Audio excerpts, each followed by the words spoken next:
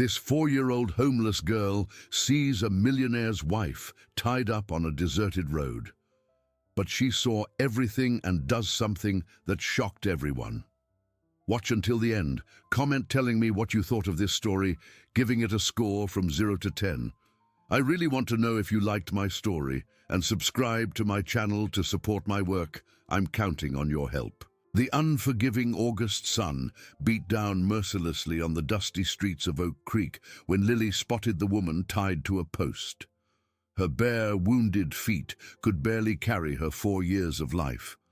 But something about that scene made her forget the hunger that had been gnawing at her stomach for days. The pregnant woman was moaning softly, her light-colored dress stained with dirt and sweat. The ropes digging deep into her swollen wrists, Lily ran without thinking, her small, trembling hands struggling with the tight knots. The faded yellow dress she insisted on wearing every day, the only tangible memory of her mother, swayed as she worked desperately to undo the bindings. The rag doll she always carried with her fell to the dusty ground, but she didn't stop. "Hang on, Mom. I'm going to help you," she murmured in her childish voice, repeating words she had heard from kind adults who sometimes gave her food or shelter. The woman opened her eyes, revealing a young face marked by suffering. "Oh my goodness, child. Are you all alone out here?" "I'm always alone," Lily answered naturally, finally managing to undo the last knot. "But now you're free too." Isabella Caldwell, 28, felt a pang in her heart upon hearing those words. 7 months pregnant, she had been brought there against her will by someone she had trusted blindly. Her legs trembled as Lily helped her to her feet, her prominent belly making movement difficult. "What's your name, little one?" "Lily, and you?" "Isabella. Lily, you saved 2 lives today." The roar of an engine interrupted the moment.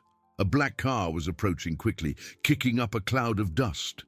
Isabella instinctively pulled Lily close, not knowing if friend or foe was arriving. A tall man with graying hair and a rumpled suit stepped out of the vehicle. Theodore Caldwell, 52, stopped abruptly when he saw the scene before him. His wife, whom he had been desperately searching for hours, was standing next to a ragged child who shouldn't have been in this desolate place. "Isabella! Thank God you're okay!"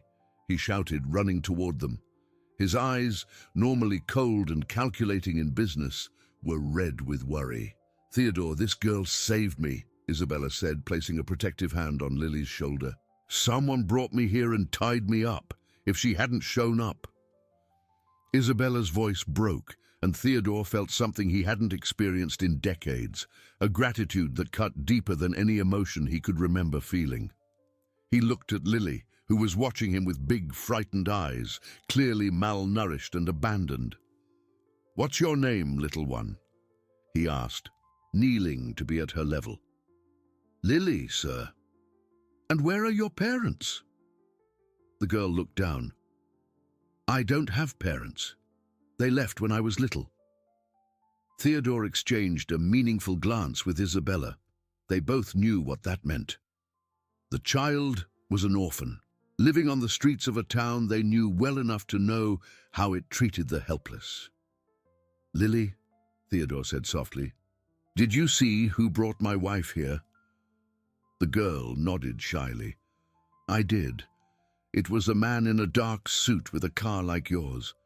He was nervous, sweating a lot. He called her Isabella and said someone ordered him to do it." Theodore's blood ran cold. Few people knew where he and Isabella would be that day. Even fewer had access to company cars and knew his wife by name. "Would you be able to recognize this man if you saw him again?" "I can. I remember every face I see." Isabella crouched beside her husband, ignoring the discomfort of her belly. "Theodore, we can't leave this child here. Look at the state she's in." Indeed, Lily was visibly malnourished. Her clothes were poorly stitched rags, her hair was tangled and dirty, and her bare feet were bleeding from small cuts. But her eyes shone with an intelligence and kindness that touched something deep in the businessman's heart. "Lily, would you like to come with us? To our home?" Isabella asked impulsively. Theodore looked at her, surprised. His relationship with his wife had been distant for months, especially since he had become completely engrossed in his business, neglecting her throughout her pregnancy. But he saw something in her eyes he hadn't seen in a long time: genuine compassion. "You'd really let me stay?" Lily asked, her voice filled with a cautious hope that was heartbreaking. "Of course," Isabella answered without hesitation. "You saved our family." Theodore helped them into the car, but his mind was racing. Someone had kidnapped his pregnant wife and left her to suffer for hours under the scorching sun. If Lily hadn't appeared, the consequences could have been catastrophic. And now this same child had witnessed everything and could identify the person responsible. As he drove back to the city, he watched Lily in the rearview mirror. She held her rag doll against her chest and looked out the window with fascination, as if seeing the world for the first time. Isabella spoke softly to her, asking about her life on the streets, and each of the girl's answers revealed a story of abandonment and survival that moved even his business-hardened heart. "Theodore," Isabella said as they arrived at the mansion, "who do you think did this to me?" He stopped the car in the garage, his hands trembling slightly on the steering wheel. "I don't know, but I'm going to find out. And when you do, we'll handle it the right way," Isabella completed firmly. "We have responsibilities now." They both looked at Lily, who had fallen asleep in the back seat, her doll still clutched to her chest. The child who had saved their lives had, without knowing it, become part of a family that neither she nor they realized they needed so much. But Theodore knew the danger wasn't over. Someone close enough to know their schedules and have access to intimate information had orchestrated the kidnapping.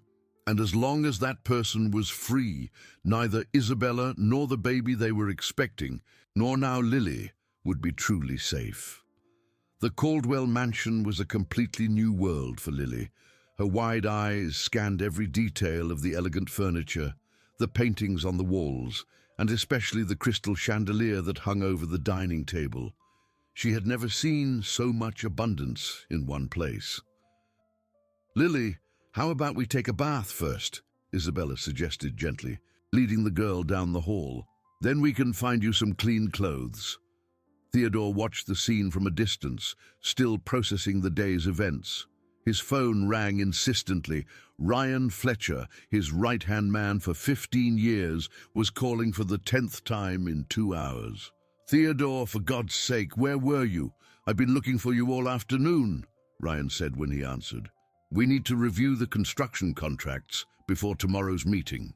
"I had a family emergency," he replied curtly. "We can leave it for tomorrow." "Family? Is Isabella okay? And the baby?" The question made Theodore pause. Ryan showed a concern that seemed too genuine. "Why do you ask specifically about Isabella?" "Well, because I know how anxious you've been about the pregnancy." "That's all?" There was something in Ryan's tone that bothered Theodore, but he couldn't pinpoint what it was. "She's fine. We'll talk tomorrow." Meanwhile, in the master bathroom, Isabella was helping Lily get clean. The water running down the drain was dark from so much accumulated dirt, and every inch of revealed skin showed the harshness of life on the streets: small scratches, old bruises, marks of hunger. "Lily, you said you remember all faces. Is that really true?" The girl nodded, rubbing her arms with the scented soap. "Always have. Mom used to say I was special that way, that I never forget anything I see. And your parents. Do you remember them?"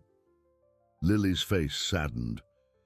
"I do. Dad had dark hair like Mr. Theodore, and Mom used to sing to me before I went to sleep.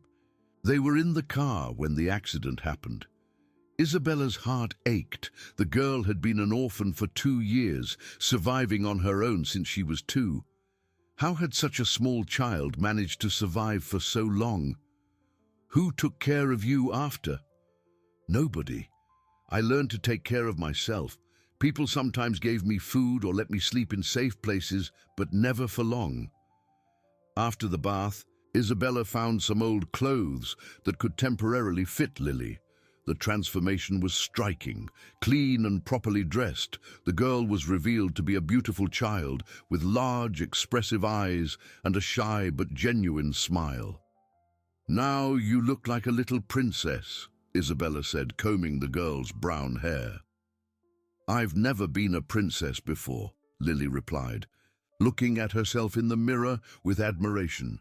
"Can I really stay here?" "Of course you can. This is your home now."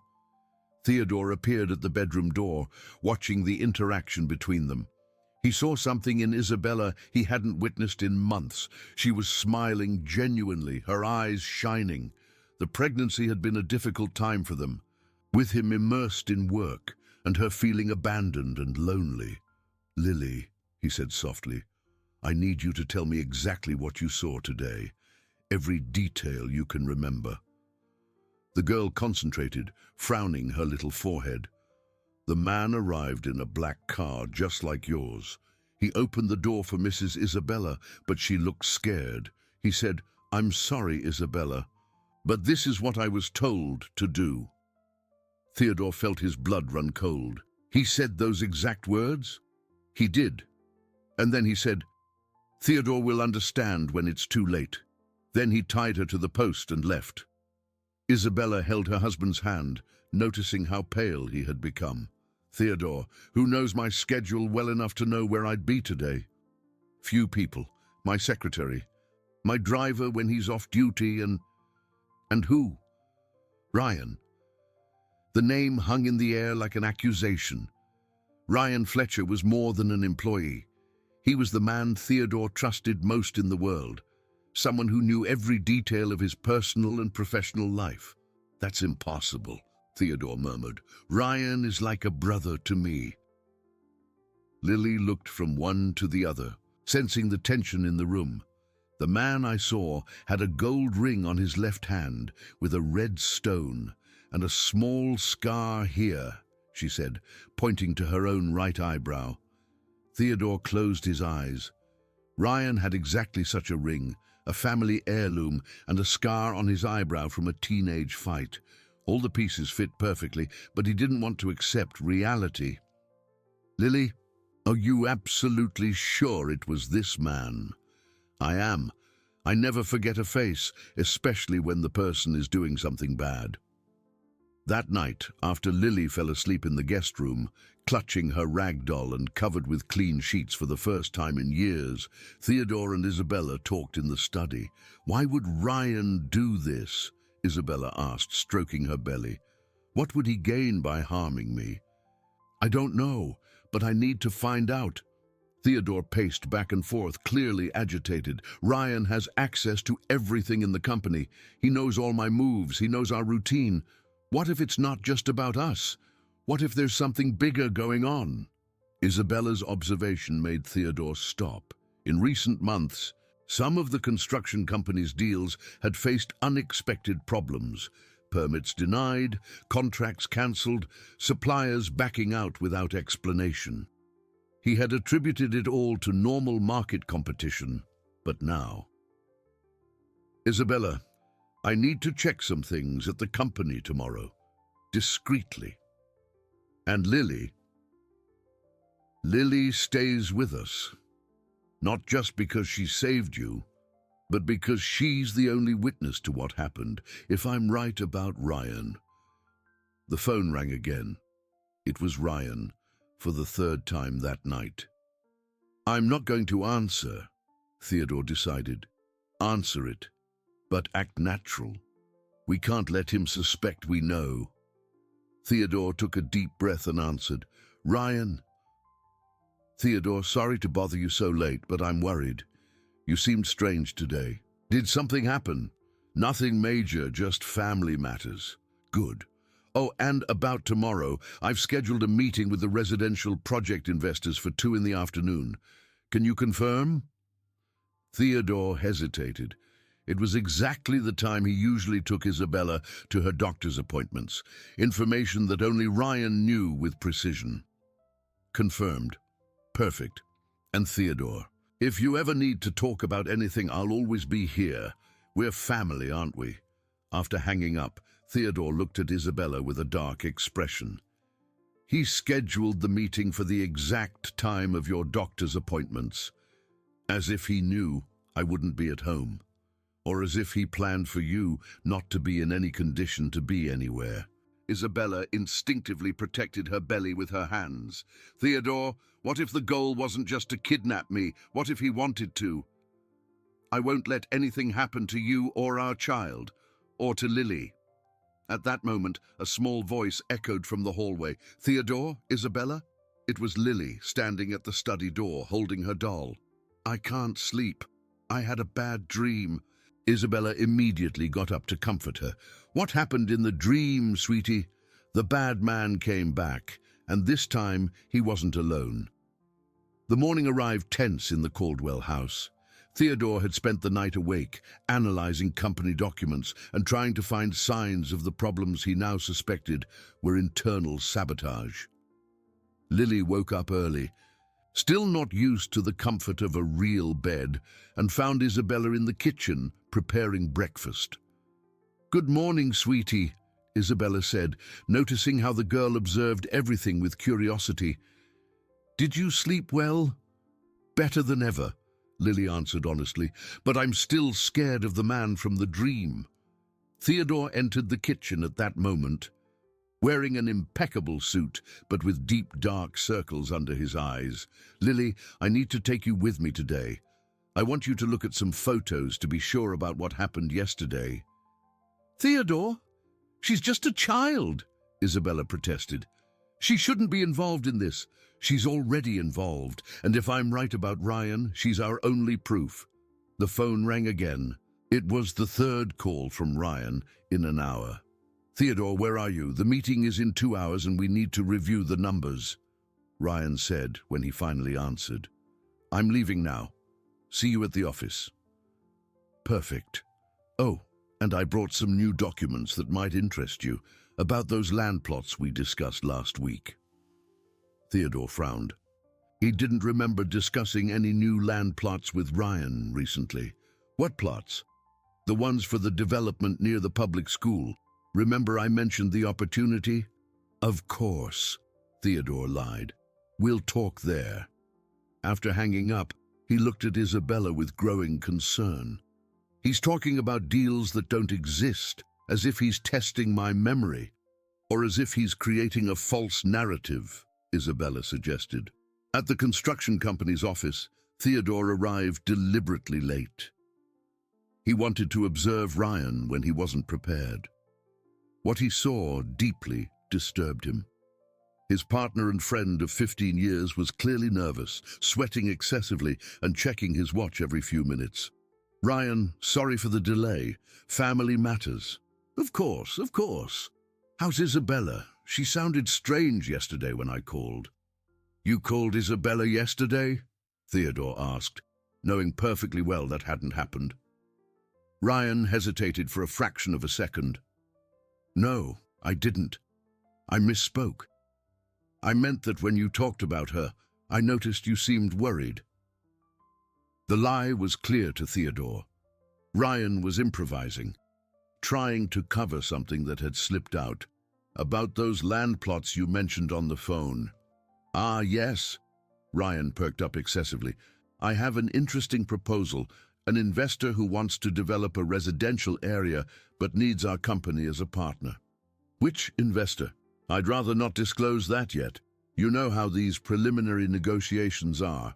Theodore studied his partner's face. Ryan was clearly lying, but why? And what was the connection to Isabella's kidnapping? Ryan, I need to introduce you to someone. I have a new employee, very young, but with an impressive memory for faces and details. An employee? Since when do we hire without my approval? It's a special situation. She helped me with something important yesterday. Theodore left the office and returned with Lily, who was holding her doll tightly and looking around with wide eyes. When she saw Ryan, her whole body stiffened. "It's him," she whispered to Theodore, so quietly that only he heard. Ryan looked at the girl with curiosity. "And who is this little one?" "Lily. She has a special ability to remember faces and situations." "How interesting," Ryan said, but Theodore noticed how his hands trembled slightly. "And what does she remember about me?" Lily looked directly into Ryan's eyes. "I remember you tying a pregnant lady to a post yesterday. You said someone ordered you to do it." The silence that followed was deafening. Ryan turned visibly pale, his mouth opening and closing without a sound. "Theodore, what is this child talking about?" "She's talking about Isabella being kidnapped yesterday and about you being the one responsible." "This is absurd. Why would I do something like that?" "That's exactly what I'm trying to find out." Ryan stood up abruptly, knocking papers off the desk. "Theodore, you must be crazy to believe an orphan child over me. Do 15 years of working together mean nothing?" The specific reference to Lily being an orphan caught Theodore's attention. "How did Ryan know that? How do you know she's an orphan?" Ryan realized his mistake too late. You mentioned it on the phone yesterday." "I did not. I never spoke about Lily with you." The tension in the room was palpable. Lily moved closer to Theodore, clearly scared, but kept her eyes fixed on Ryan. "Uncle, can I say something?" she asked softly. "You can, sweetie. In the dream I had yesterday, the bad man wasn't alone. There was a woman with him, a woman with long hair who talked about money." Ryan went livid. "Theodore, this is ridiculous. You're going to believe the delusions of a traumatized child." "Lily's delusions saved my wife and my son, and they're starting to make a lot of sense." At that moment, Theodore's secretary entered the room. "Mr. Caldwell, there's a lady here who wants to speak with you. She says it's about an urgent matter involving your family." "Who is it?" "Carmen Vance. She says she's Mrs. Isabella's cousin." The name made Theodore's blood run cold again. Carmen was Isabella's cousin, but they hadn't spoken in years due to family conflicts related to an inheritance. What was she doing here today of all days? "Send her in." Carmen Vance entered the room with the confident posture of someone used to getting what she wanted. At 38, she was a successful lawyer from the city, with expensive clothes and a calculating expression that didn't go unnoticed. "Theodore, good to see you," she said, but her eyes immediately fixed on Lily. "And who is this child?" "A friend of the family." "Why are you here, Carmen?" "I happened to hear that Isabella went through some trouble yesterday. I came to make sure she and the baby are all right." "How did you hear about it?" Carmen hesitated slightly. "News travels fast in Oak Creek. People worry about the Caldwell family." Theodore observed the interaction between Carmen and Ryan. Although they pretended not to know each other well, there was a tension in the air that suggested familiarity. "Carmen, do you know my partner, Ryan?" "Only by reputation," she answered quickly, but Lily murmured something that only Theodore heard. "It's the woman from the dream." Theodore's heart raced. If Lily was right, Carmen was the second person Ryan had mentioned, the woman who talked about money. "Carmen, what kind of inheritance did your family leave for Isabella when you had your falling out?" The question caught Carmen off guard. "Inheritance? I don't know what you're talking about." "Of course you do. Isabella told me about the family conflicts related to your grandparents' will." Carmen exchanged a quick glance with Ryan, so quick that a less attentive person wouldn't have noticed. "Theodore, I think you're confused. There's no inheritance in dispute." Lily tugged on Theodore's shirt. "Can I draw something?" "Of course, sweetie." The girl took a piece of paper and began to draw with surprising precision. In a few minutes, she had created a detailed image of two people talking, a man with a gold ring and a woman with long hair, exactly like Ryan and Carmen.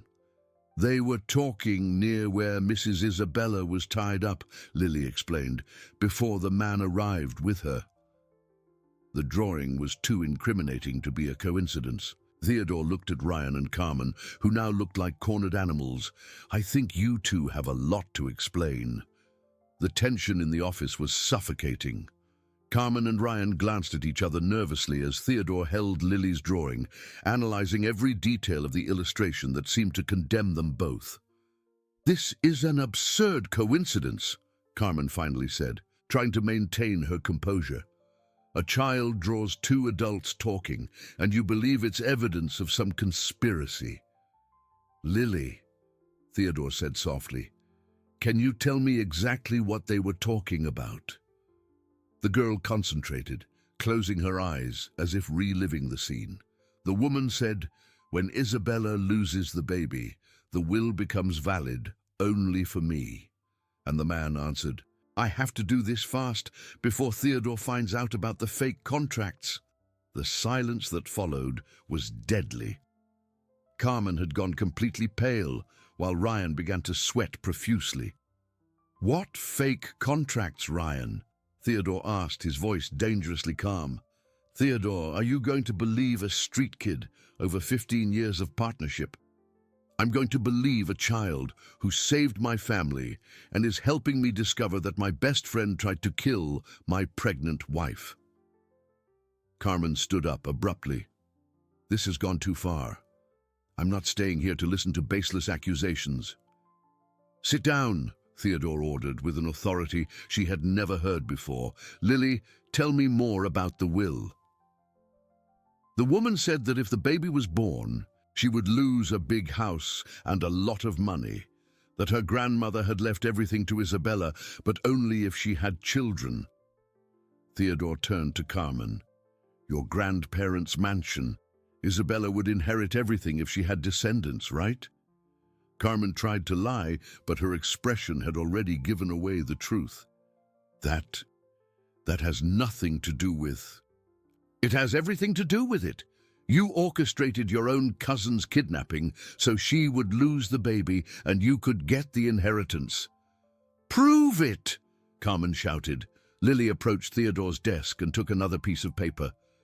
Can I draw the house she talked about? She described where it was to the man. Draw it, sweetie. With an impressive precision, Lily began to draw a colonial mansion with specific architectural details. Arched windows, a front garden with a fountain, and a wrought-iron fence. It's the Vance family mansion, Theodore murmured, recognizing the property that was worth millions. Carmen, would you kill an innocent child for money? It wasn't to kill her, Ryan burst out suddenly. It was just so she'd lose the baby, so she'd spend a few hours in the sun, get a little dehydrated and... Ryan! Carmen yelled, realizing he had confessed everything. That's enough! Ryan stood up, clearly desperate. Theodore, you don't understand. Carmen offered me a fortune. Half the inheritance if I made Isabella lose the pregnancy. And you accepted for money? I accepted because I'm broke, Ryan shouted. Those contracts I signed in your name, the loans I took out using the company as collateral. Theodore, I'm millions in debt. If I didn't get money fast, the company would go bankrupt and you'd find out everything. The revelation hit Theodore like a punch to the gut. What contracts? What loans?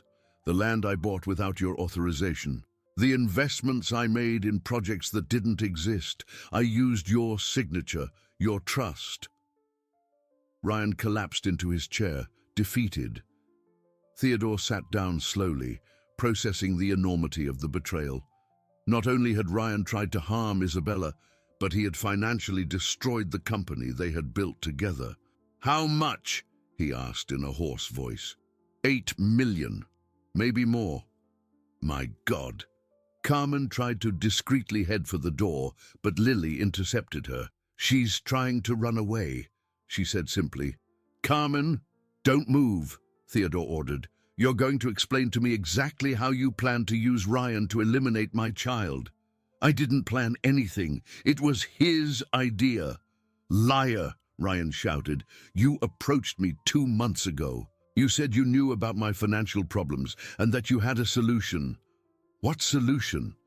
Carmen realized there was no escape. If Isabella lost the baby, the clause in the will would become invalid. The inheritance would revert to me as the sole direct descendant of our grandparents. I would split it 50-50 with Ryan, and if she resisted, if the baby survived, the plan was to leave her dehydrated enough to cause complications, nothing that could be directly linked to us. Theodore looked at Lily, who was holding her doll against her chest and watching everything with a maturity that was disturbing for a 4-year-old child. Lily, you saved 3 lives yesterday. Isabella's, my son's, and apparently mine too. How so? The girl asked. If Ryan had managed to hide the financial problems for longer, I would have lost everything. The company, the house, our family. Ryan looked at his former partner with tears in his eyes. Theodore, I never wanted it to come to this. I started small, just a few loans to cover temporary losses, but the interest, the pressure. You tried to kill my wife and my son because of gambling debts. Ryan? It wasn't just gambling debts. It was investments that went wrong, contracts that didn't materialize. Lies! Carmen interrupted. He lost $2 million in casinos last year. Carmen's confession was the last straw. Theodore stood up, trembling with rage, but controlled himself when he saw Lily watching everything. Carmen, you will renounce any right to the Vance inheritance, and you will transfer everything you own to a compensation fund for Isabella. That's blackmail. That's justice. The alternative is I call the police right now and you both answer for attempted murder and fraud. Ryan stood up, staggering. Theodore, please, we can work this out another way. 15 years of friendship. 15 years of friendship that you destroyed for greed. Lily tugged on Theodore's shirt. Uncle, can I say something? Of course, sweetie. In my dream, after the bad man and the bad woman hurt Mrs. Isabella, they talked about hurting you too. Theodore turned quickly to Ryan and Carmen. What else did you plan? Nothing, Carmen said quickly, but Lily shook her head. They talked about an accident, that after Mrs. Isabella lost the baby, you would be so sad that I'd what, Lily? That you'd hurt yourself, and then the company would go to the bad man and the money from the house would go to the bad woman. The revelation that they planned not only to eliminate his child, but also to manipulate his emotional state, to take control of everything he had built, was the limit for Theodore. Get out of here, he said, with a dangerous calm. You have 24 hours to start fixing the problems you've created. After that, everything goes to the authorities. Theodore, Ryan tried, get out. After Carmen and Ryan left, Theodore knelt beside Lily. Sweetie, you were very brave today. Once again, you saved our family. They were very bad people, Lily said simply. But is Mrs. Isabella and the baby safe now? They are, and you're safe with us too. That afternoon, when they returned home, Isabella listened to the whole story with growing horror. The discovery that her own cousin had orchestrated the kidnapping to steal an inheritance, and that Ryan had financially destroyed Theodore's company, left her devastated. How are we going to get out of this financial situation? She asked. I don't know yet, but we'll find a way. We have to. Lily, who was drawing at the living room table, looked up. Can I help? How, sweetie? I remember everything I saw and heard. I can draw all the papers the bad man showed, all the conversations he had. Maybe that will help you find the lost money. Theodore looked at the girl with admiration. Even at 4, she understood that her adoptive family was in danger and wanted to help. Lily, you've already helped us so much. Now it's our turn to take care of you. But as he spoke those comforting words, Theodore knew the problems were just beginning. Ryan and Carmen knew too many secrets, and desperate people were capable of anything. The next morning, Theodore woke up to a call that made his blood run cold. It was his accountant, Mark Thompson, with devastating news. "Theodore, I need to see you urgently. I've discovered strange movements in the company's accounts dating back months." "What kind of movements?" "Transfers you didn't authorize, contracts signed with your initials on dates you were traveling, loans made in the company's name."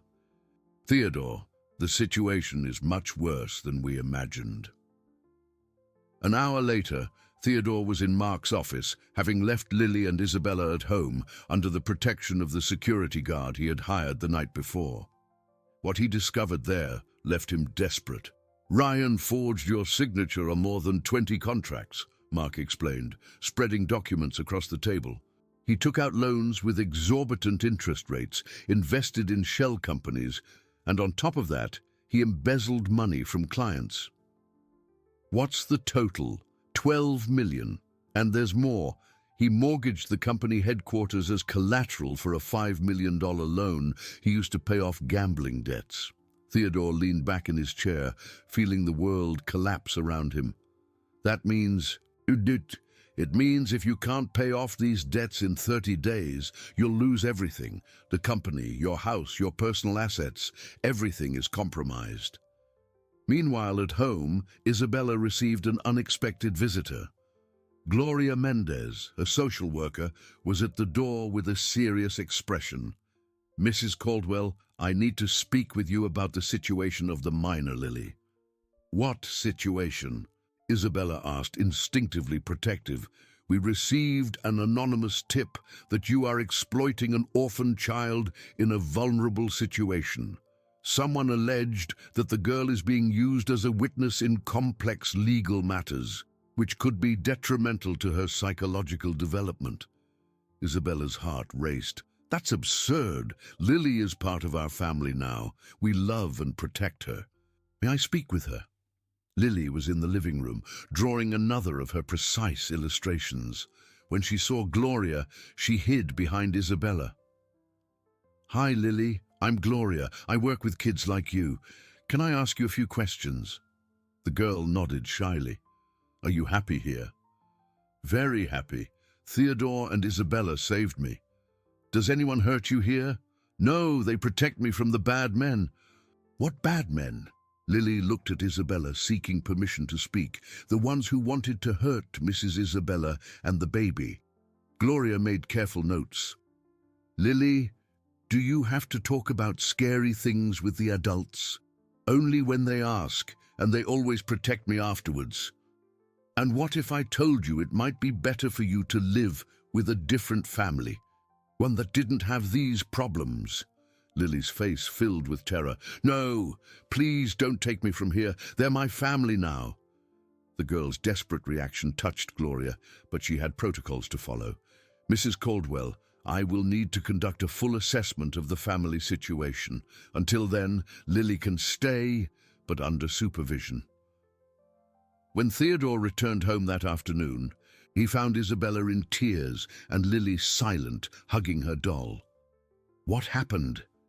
Isabella told him about the social worker's visit, and Theodore felt another blow. "Someone is trying to attack us from every possible angle." "Who would make a report like that? Carmen or Ryan or both?" That night the phone rang again. It was Carmen, and her voice was different, more confident, almost arrogant. "Theodore, I've had some time to think about our conversation yesterday." "We have nothing to talk about, Carmen." "Oh, but we do. I heard you found out about Ryan's little financial problems. 12 million is a lot of money, isn't it?" Theodore's blood ran cold. How did she know the exact amount? "What do you want?" "I want to make you a proposal. I'll give up the Vance inheritance in exchange for 50% of your company." "Have you gone mad?" "Mad? Theodore, you have no choice. In 30 days, you'll lose everything anyway. At least with me, you keep something. And if I refuse?" "If you refuse, I guarantee that Lily's situation with social services will get much worse." And maybe other people will find out about the company's financial problems. Your clients, for example. The threat was clear. Carmen had the resources to completely destroy what was left of his life. You have 1 week to decide, she continued. And Theodore, it would be a shame if something happened to that special little girl you love so much. The call ended, leaving Theodore trembling with anger and fear. Carmen didn't just want his money, she was threatening Lily. Who was that? Isabella asked. Carmen, she wants half the company or she'll destroy us completely. And Lily? She threatened Lily too. Isabella stood up abruptly despite her heavy belly. This has gone beyond all limits. Theodore, we have to do something. What can we do? We're broke, being investigated by social services, and now being blackmailed. Lily appeared at the living room door, holding her doll. Can I help? How, sweetie? Remember I said I remember everything? I can draw all the papers I saw on the bad man's desk. Maybe they have important information. Theodore knelt beside her. Lily, you're very brave, but you've already done too much. I want to help my family, she said with determination. You saved me, now it's my turn. During the night, Lily worked tirelessly, drawing with photographic precision all the documents she had seen in Ryan's office over the past few months. Contracts, signatures, bank account numbers, everything her extraordinary memory had registered. My God, Theodore murmured when he saw the drawings. She copied account numbers even I didn't know about. And look at this, Isabella said, pointing to a specific drawing. This contract is dated when you were out of town, but the signature is yours. More evidence that Ryan forged documents. Lily looked up from her drawings. There's one thing I forgot to tell you. What, sweetie? When the bad man and the bad woman were talking, she gave him a piece of paper with numbers she said were from the secret account. What secret account? Lily picked up a new pencil and began to draw. It was like this, she said, perfectly reproducing a bank statement with account numbers and amounts. Theodore studied the drawing and felt a flicker of hope. Isabella, if this is real, if Carmen and Ryan had a joint account to hide the stolen money, we can prove they worked together and maybe recover part of what was lost. But how do we verify if this account exists? Lily smiled for the first time in days. I can draw the bank too, and the name of the street where they said it was. As the girl drew, Theodore and Isabella looked at each other with a mixture of hope and apprehension. Lily was their only chance to survive the storm that Ryan and Carmen had created. But deep in their hearts, they both knew that desperate people like Carmen wouldn't give up easily, and that the danger to their family was just beginning. The next morning, Theodore went to the bank that Lily had drawn with impressive precision. He brought the statements reproduced by the girl and a desperate hope that he could find concrete evidence against Carmen and Ryan. At the bank, he was greeted by the manager, Charles Miller, whom he had known for years through his construction business. Theodore, good to see you. How can I help? Charles, I need to verify if an account with these numbers exists, he said, showing Lily's drawing. It's an urgent legal matter. Charles examined the numbers and frowned. These numbers, yes, we have an account with this number, but I can't give you any information without a court order. What if I told you I suspect this account was used to launder money stolen from my company? Charles's expression changed immediately. Theodore, this is very serious. Do you have evidence? I have a witness who saw documents related to this account being used in fraudulent schemes. What kind of witness? Theodore hesitated. How could he explain that his main evidence came from the photographic memory of a 4-year-old child? Someone very reliable who witnessed suspicious transactions. Charles stood up and went to his computer. I can check some basic information without violating protocols. This account was opened 6 months ago by Carmen Vance and Ryan Fletcher. Theodore's heart raced. They're partners on the account. They are, and there have been very significant movements in the last 3 months, always in cash. What kind of amounts?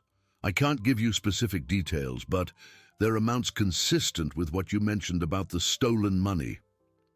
Theodore left the bank certain that he was on the right track, but also aware that he would need more evidence to recover the money and incriminate the culprits. Meanwhile, at home, Isabella received another unexpected visit. This time it was an elegant woman who introduced herself as Dr. Patricia Ramos, a child psychologist. Mrs. Caldwell, I was sent by social services to assess Lily's psychological state. She's fine, much better than when we found her. I understand, but I need to talk to her about the traumatic events she witnessed. Lily was in the backyard, playing with her doll. When the psychologist approached, the girl immediately became withdrawn. Hi, Lily. I'm Dr. Patricia. I came to talk to you about some things. About what? About the scary things you saw. People told me you witnessed situations that are very difficult for a child your age. Lily looked at Isabella for guidance.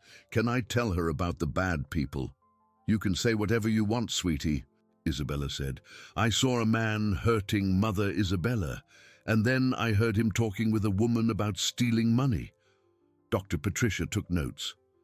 How do you feel when you remember these things? I feel sad, but I'm happy because I was able to help my family. Lily, do you know that children your age shouldn't have to help adults with such serious problems? The question confused the girl. But if I didn't help, the bad people would have hurt my family.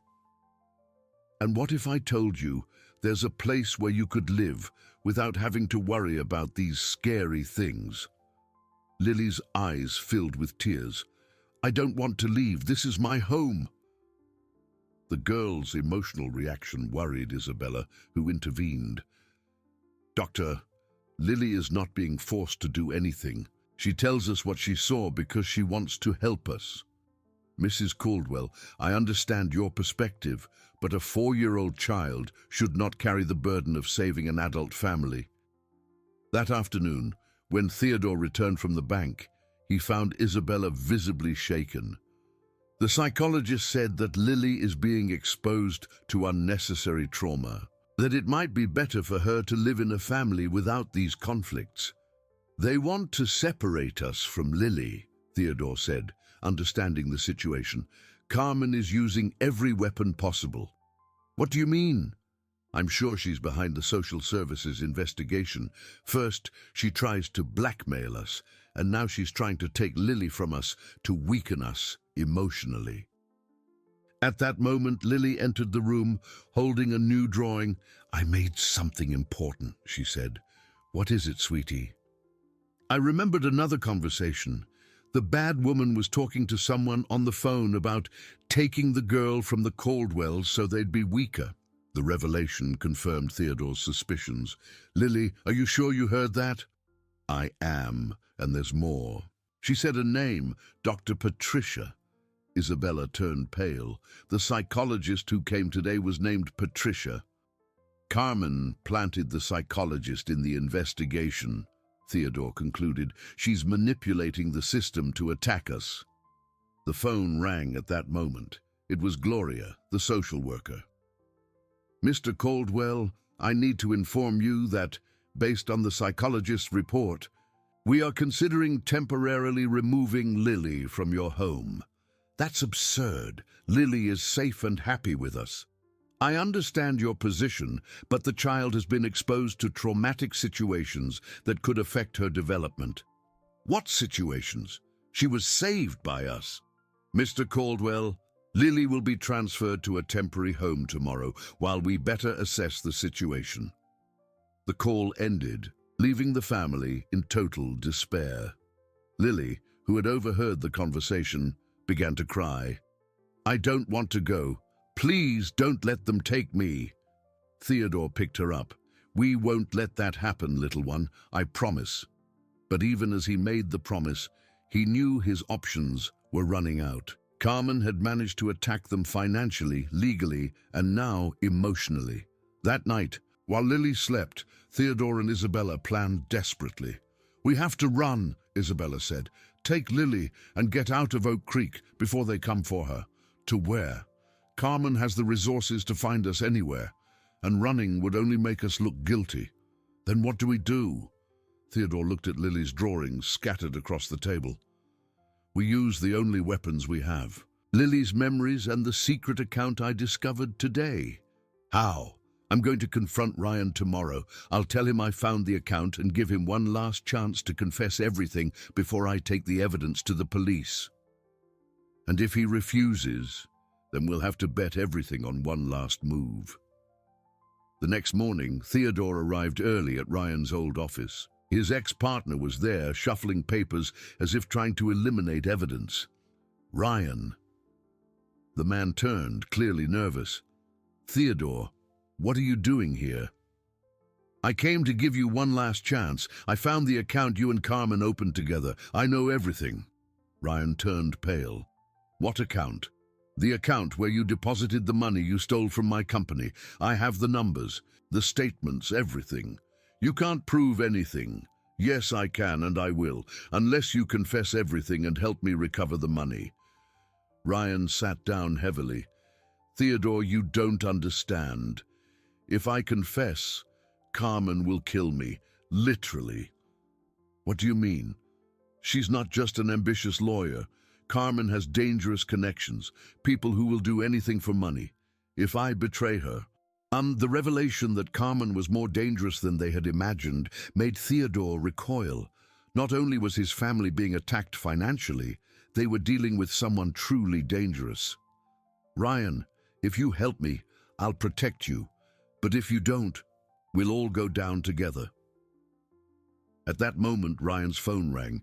It was Carmen. "Answer it," Theodore ordered, "and put it on speaker." "Ryan, I hope you're not doing anything stupid," Carmen's voice said. "Remember what we talked about regarding loyalty?" "I remember," Ryan answered, trembling. "Good, because if I find out you're cooperating with Theodore, the consequences will be unpleasant for you and for that special little girl." The direct threat to Lily was the last straw. Theodore snatched the phone from Ryan's hands. "Carmen, if you lay a finger on Lily..." "Theodore, what a surprise. I see you've discovered our little morning meeting. What a shame. Now things will have to accelerate."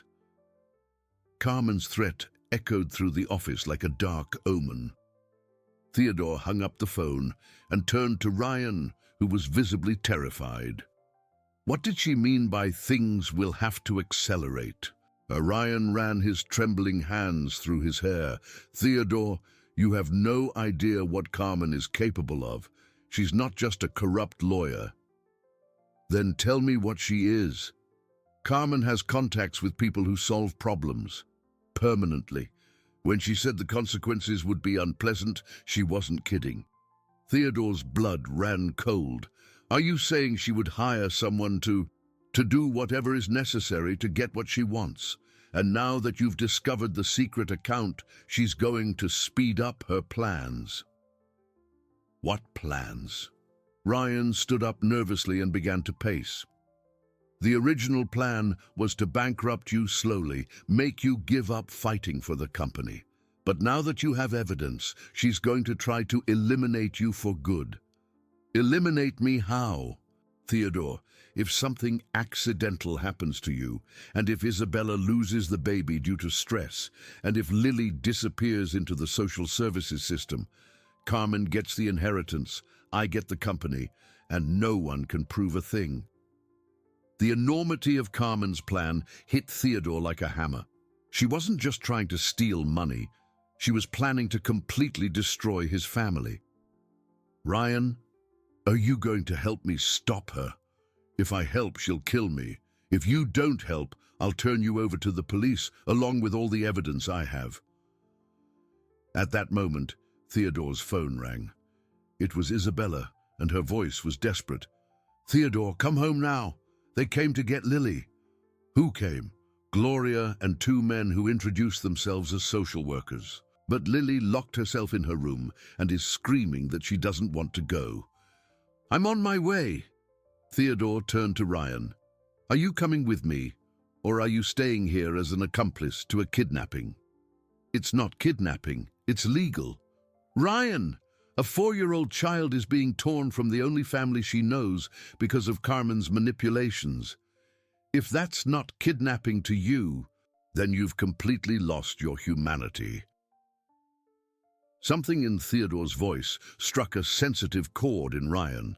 Perhaps the memory of the honest man he had been before greed destroyed his life. All right, I'll go with you. When they arrived at the Caldwell house, the situation was chaotic. Gloria was at Lily's bedroom door, trying to convince the girl to come out, while two large men waited in the living room. Isabella was clearly in a panic, one hand protecting her belly and the other holding one of the men's arms. You can't do this. She's just a child.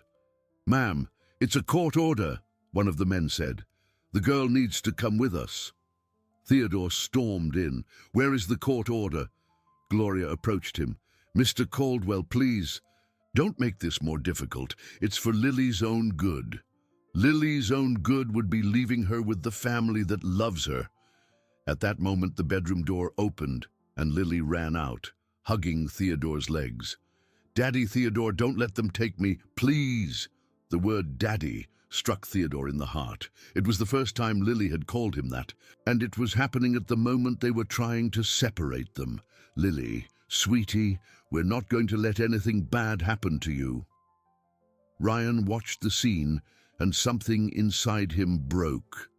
Seeing the child who had saved Theodore and Isabella being punished for his greed was too much for his conscience. Stop! He suddenly shouted. This court order is fraudulent. Everyone turned to him. Gloria frowned. What do you mean, fraudulent? I know who's behind this. Carmen Vance paid for this investigation to happen. She wants to separate Lily from the family to weaken Theodore emotionally. Sir, that's a very serious accusation, one of the men said. It's serious and it's true, Ryan continued, gaining courage. Carmen and I conspired against the Caldwell family. We stole money from the company, tried to make Isabella lose the baby, and now we're trying to steal the child they consider their daughter. The silence that followed was tense. Gloria looked from Ryan to Theodore, clearly confused. If this is true, she said slowly, then this whole investigation was based on false information. It's true, Theodore confirmed, and I have evidence to prove everything. One of the men spoke into his radio, reporting the situation to his superiors. After a few minutes, they received orders to suspend Lily's removal until the situation was further investigated. You can go, Gloria said to the two men. I'm going to conduct my own investigation into these allegations. After everyone left, Lily was still clinging to Theodore, trembling. Isabella approached, and the three of them hugged like a real family. Ryan, Theodore said, you did the right thing. I did. But now Carmen will want to destroy us for good. As if summoned, the phone rang. It was Carmen, and her voice was ice cold with rage. Ryan, you've made a very serious mistake. Carmen, it's over. This has gone too far. No, too far. I haven't even started. Since you all want to play heroes, let's see how you do when things get really serious. What are you going to do? I'm going to accelerate all my plans. Theodore has 24 hours to transfer 50% of the company to me, or the consequences will be catastrophic for the entire family. Carmen, don't do this. It's already done, Ryan, and this time, there's no turning back. The call ended, leaving everyone in silence. Lily looked up at Theodore with her big, intelligent eyes. Daddy Theodore, is the bad woman going to try to hurt us again? Theodore knelt to her level. She can try, but we won't let her. We're a family and families protect each other. But how are we going to protect ourselves? With the truth, sweetie. With the whole truth. That night, Theodore, Isabella, and Ryan worked together, organizing all the evidence they had. Lily's precise drawings, the documents from the secret account, the phone recordings, the forged contracts. "We have enough to incriminate Carmen," Theodore said, "but she has dangerous contacts. Even if we get her arrested, she could order reprisals." "So what do we do?" Isabella asked. "We play her game," Ryan answered unexpectedly. "Carmen thinks she knows us, that she knows how we'll react, but we're going to do the unexpected." "What do you have in mind?" "We're going to give her exactly what she wants, and use that to destroy her." Theodore looked at his former partner with new understanding. "You have a plan?" "I do, but it will require us to trust each other completely, and it will put all of us in danger." Isabella held her husband's hand. "If it's the only way to protect our family, then we'll do it." Lily, who was supposed to be asleep but had come down for a glass of water, heard the conversation from the stairs. "Can I help too?" she asked, appearing in the room. "Sweetie, you've already helped so much," Isabella said, "but I want to help more. This is my family, and I want to protect you too." Theodore looked at the brave girl who had completely changed their lives. At 4 years old, she showed more courage and loyalty than many adults he had known. "All right, Lily, we'll protect our family together." As they planned their counter-offensive, none of them imagined that Carmen had already set in motion a plan that would test the limits of their courage and family unity. Ryan's plan was risky, but it was the only chance they had. The next morning, he called Carmen, pretending to be desperate. "Carmen, we need to meet. Theodore found out everything and is threatening to turn me over to the police. It's about time you panicked." "Nee," Carmen replied with satisfaction. "Where do you want to meet?" "At our usual spot, the restaurant on the edge of town. I'll be there in an hour. And Ryan, I hope you have a solution for our problem." Meanwhile, Theodore went to the county registrar's office with all the documents they had gathered. He needed to legally register the situation before Carmen could do more damage. The registrar, Mr. Martin Sanders, was an upright man who had known the Caldwell family for years. "Theodore, this is very serious. Are you sure you want to formalize these accusations?" "I am, and I need legal protection for my family, especially for Lily." "The girl you've informally adopted." "Exactly. Carmen is using the system against us to try and tear our family apart." Mr. Sanders carefully examined all the documents, including Lily's precise drawings. "Are these drawings really made by a 4-year-old?" "They are. Lily has an exceptional photographic memory." "That's impressive, and it's also admissible evidence in court." While Theodore worked on the legal side, Isabella stayed home with Lily, both nervous about the plan being executed. The girl seemed to sense the tension and was quieter than usual. "Mother Isabella, is Daddy Theodore going to be okay?" "He will be, sweetie. He's very smart and has good people helping him."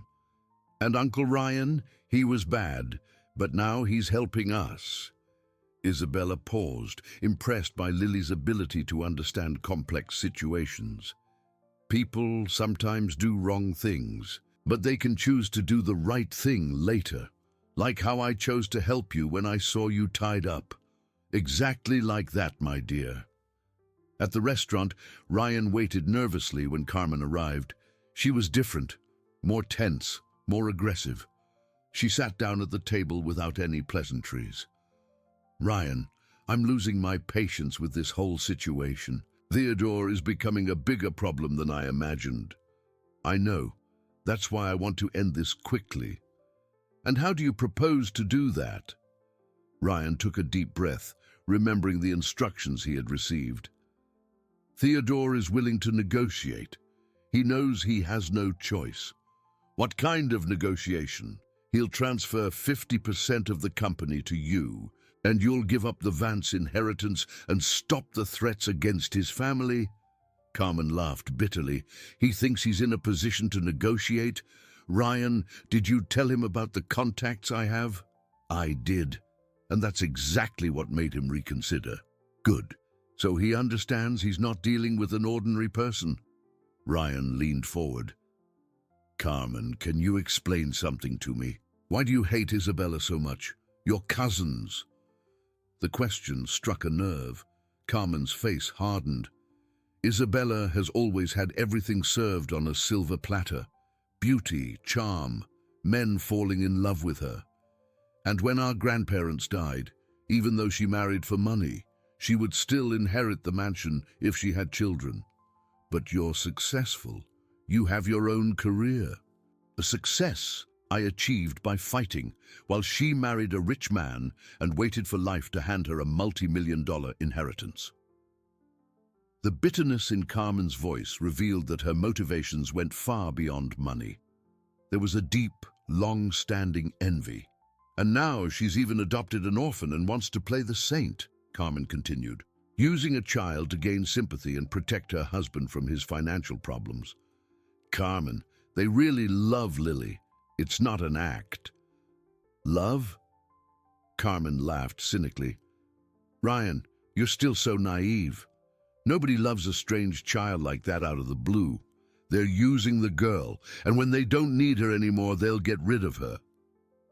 As Carmen spoke, Ryan secretly recorded the conversation on his phone, following the instructions Theodore had given him. And what if they refuse to hand over the company? Then we'll accelerate Plan B. What Plan B? Carmen leaned closer and lowered her voice. I have contacts who can solve the Theodore problem permanently and make it look like an accident. Carmen, are you talking about... I'm talking about eliminating obstacles, Ryan.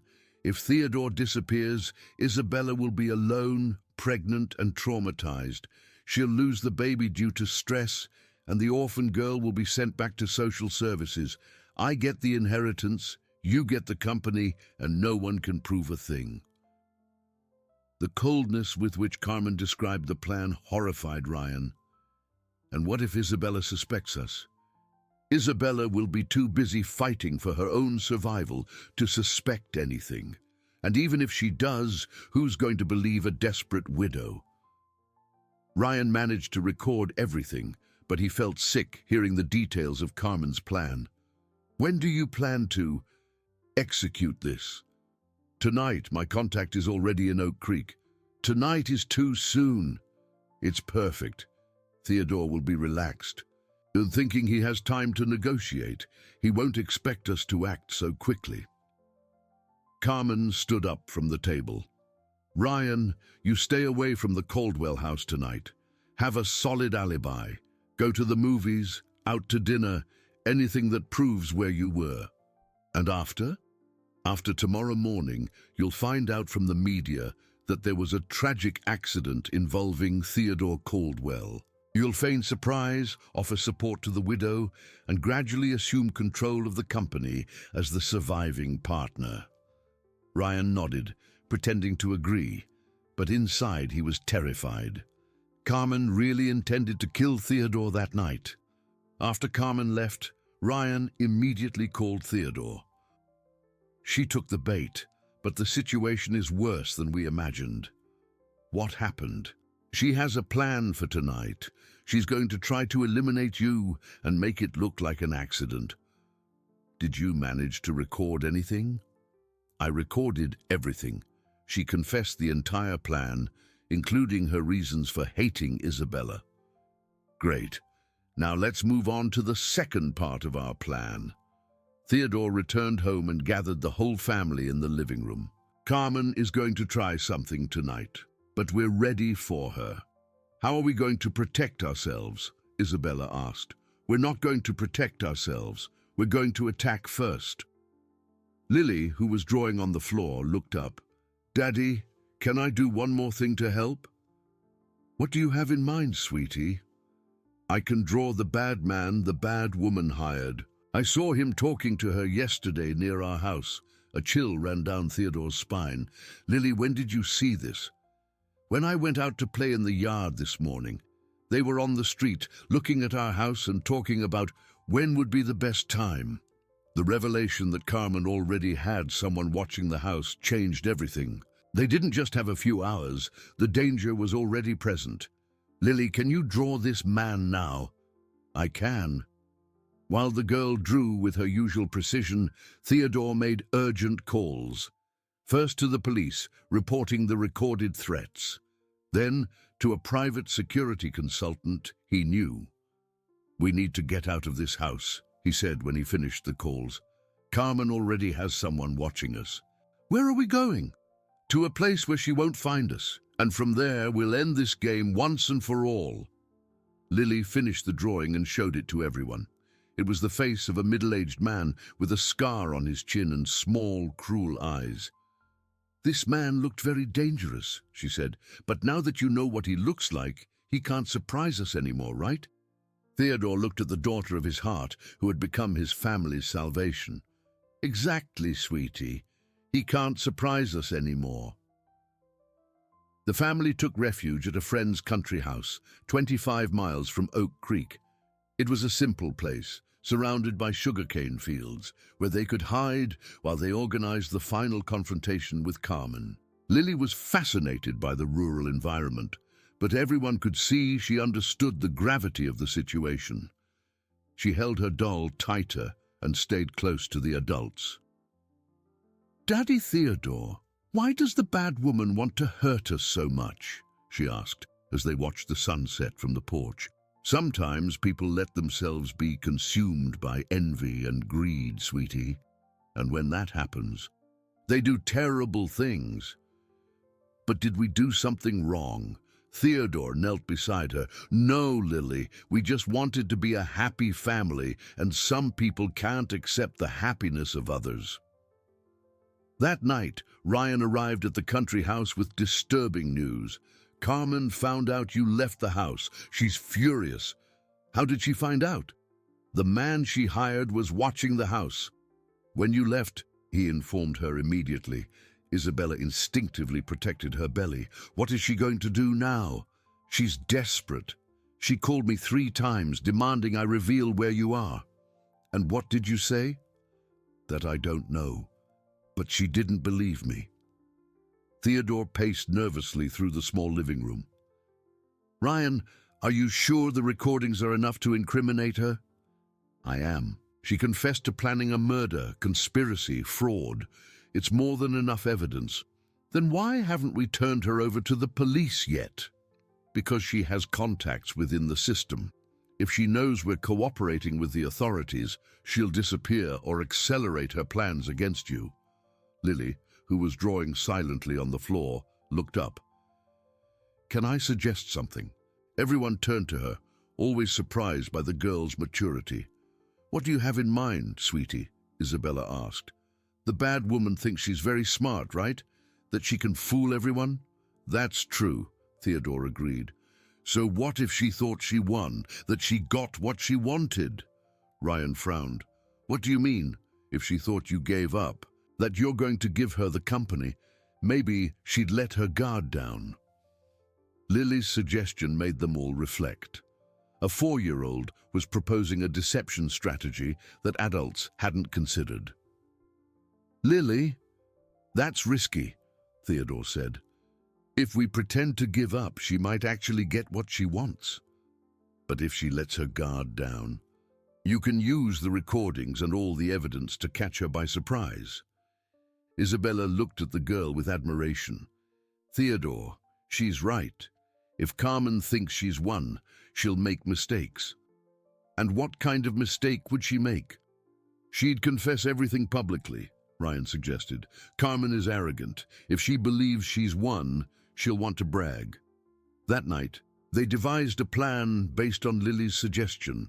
Theodore would call Carmen pretending to be defeated, set up a meeting to hand over the company documents, and during that meeting, with hidden recorders and witnesses, they would get definitive evidence against her.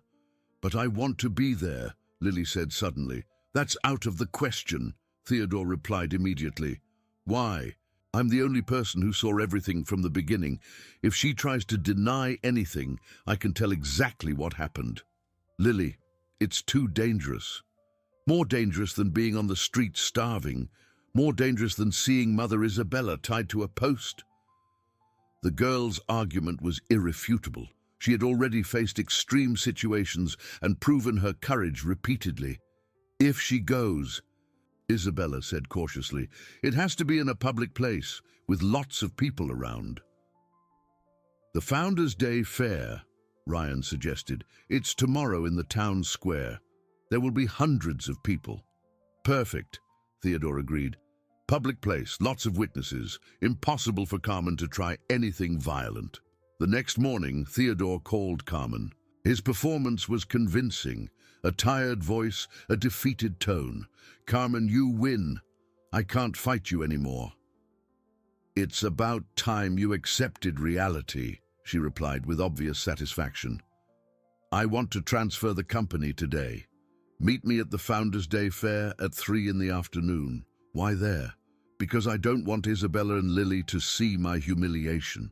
At least there they can be distracted while I hand everything over to you. Smart. I'll be there.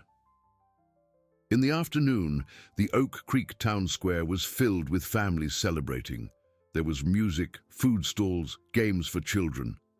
It was the perfect setting for what they had planned. Theodore arrived first with Isabella and Lily. Ryan was hidden in the crowd, recording everything. A private detective Theodore had hired was also disguised among the festival goers. Carmen arrived promptly at 3 o'clock, visibly confident. She wore expensive clothes and an arrogant smile. Theodore, good to see you being sensible for once. You left me no choice. True, and it was easier than I imagined. Lily watched Carmen attentively, still holding her doll. Ma'am, can I ask you a question? Carmen looked at the girl with disdain. What do you want, little one? Why do you hate my family so much? Your family? Carmen laughed. Dear, you're not part of this family. They're just using you. What do you mean? When their problems are over, they'll send you back to social services. Nobody really wants an orphan. The cruelty of Carmen's words was clearly recorded by Ryan's equipment. Theodore had to control himself not to explode. Carmen, did you bring the documents for the transfer? I did, but first I want to hear you admit that you lost. What do you mean? I want you to say in front of your wife and this child that Carmen Vance is superior to you in every way. The humiliating demand was exactly the kind of mistake they had been hoping for. Carmen was exposing herself out of pure arrogance. All right, Theodore said, feigning resignation. Carmen Vance is superior to me. Continue. She managed to defeat me by using my superior intelligence and perfect planning. Planning that included the kidnapping of my pregnant wife. Exactly, and that almost included your permanent elimination if you hadn't been smart enough to surrender. The public confession was being recorded from multiple angles. Carmen continued to brag, detailing every aspect of her crimes.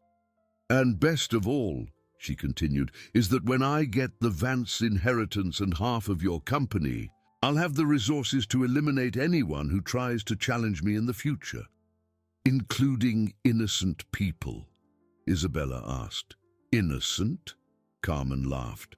There are no innocent people in business, Isabella. There are smart people and people who lose.